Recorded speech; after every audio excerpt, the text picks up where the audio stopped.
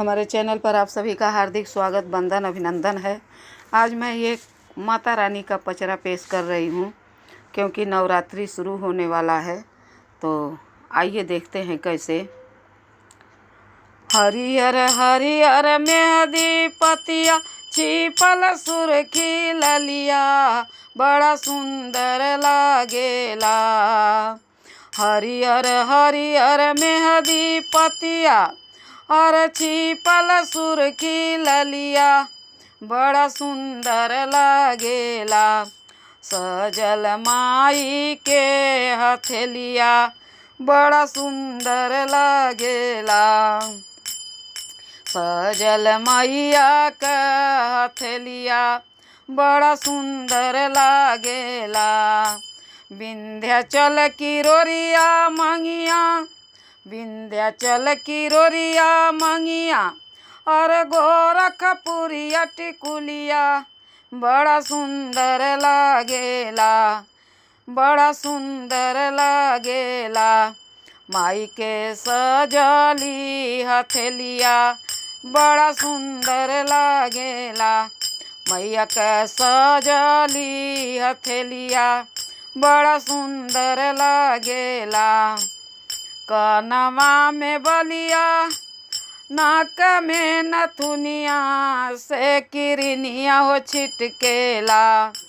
कानवा में बलिया, नाक में नथुनिया से किरनिया हो छिटकेला, त बड़ा सुंदर लागेला।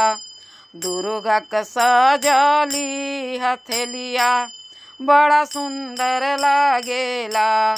दुर्गा का सजली हथेलिया, बड़ा सुंदर लागेला।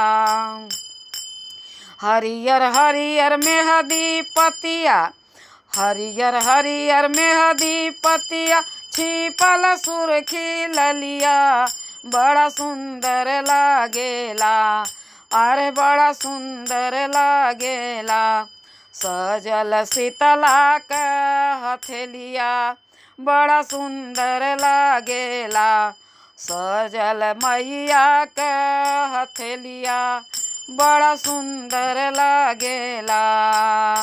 कमर कर धनिया, पाँव में पयलिया, रुन झुन बिचुआ बाजेला।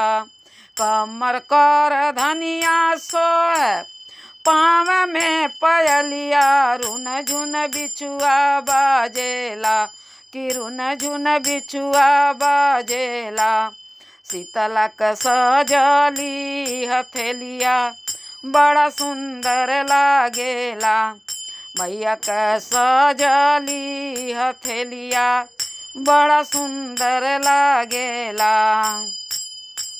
हरियर हरियर मेहंदी पतिया छिपल सुर्खी ललिया, बड़ा सुंदर लागेला। हो बड़ा सुंदर लागेला। मैया का सजली हथेलिया, बड़ा सुंदर लागेला। मैया का सजली हथेलिया, बड़ा सुंदर लागेला। लाल की चुनरिया सिर पर लहर पतकवा हो, बड़ा सुंदर लागेला। लाल की चुनरिया सिर पर, अरे लहर पतकवा, बड़ा सुंदर लागेला। मैया का शेरवा सवरिया, बड़ा सुंदर लागेला। मैया का शेरवा हो सवरिया, बड़ा सुंदर लागेला। हरियर हरियर मेहंदी पतिया छिपल सुर्खी ललिया, हो बड़ा सुंदर लागेला। मैया का सजली हथेलिया, बड़ा सुंदर लागेला। अगर ये गीत अच्छा लगा हो तो प्लीज़ लाइक शेयर सब्सक्राइब ज़रूर कीजिएगा और कमेंट बॉक्स में लिखिएगा कि ये माता रानी का पचरा कैसा लगा। धन्यवाद।